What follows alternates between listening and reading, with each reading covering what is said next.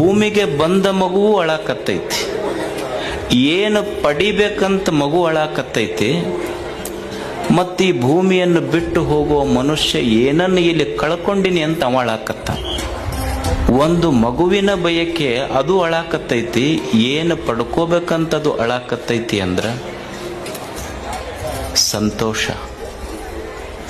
ಒಬ್ಬ ವ್ಯಕ್ತಿ ಈ ಜಗತ್ತನ್ನು ಬಿಟ್ಟು ಹೋಗುವಾಗ ಅಳಾಕತ್ತಿದ್ ಯಾಕಂದ್ರೆ ಏನು ಕಳ್ಕೊಂಡಿದ್ದ ಕಳಾಕತ್ತಾನಂದ್ರೆ ಸಂತೋಷ ಕಳ್ಕೊಂಡನ, ಅದೇ ಪಡಿಲಿಲ್ಲ ಅಂತ ಅವನು ಅಳಾಕತ್ತಾನ. ಮನುಷ್ಯ ಹುಟ್ಟಿನಿಂದ ಸಾಯಿವರೆಗೆ ನಾವೆಲ್ಲ ಬಯಸುವುದು, ನಮ್ಮ ಇಚ್ಛೆ ಪರಮ ಗುರಿ ಏನು ಅಂದ್ರೆ ನಮಗೆ ದುಃಖ ಇರಬಾರದು, ನಾವೆಲ್ಲ ಸಂತೋಷವಾಗಿ ಬದುಕಬೇಕಂತ. ನಮ್ಮೆಲ್ಲರ ಅಪೇಕ್ಷೆ ಅದೇ ಅದಾವಿಲ್ಲ, ನಾವೆಲ್ಲರೂ ಸಂತೋಷವಾಗಿರಬೇಕು ಅಂತ. ಸಂತೋಷವಾಗಿರ್ಲಿಕ್ಕೆ ಏನು ಬೇಕು ಮನುಷ್ಯನಿಗೆ?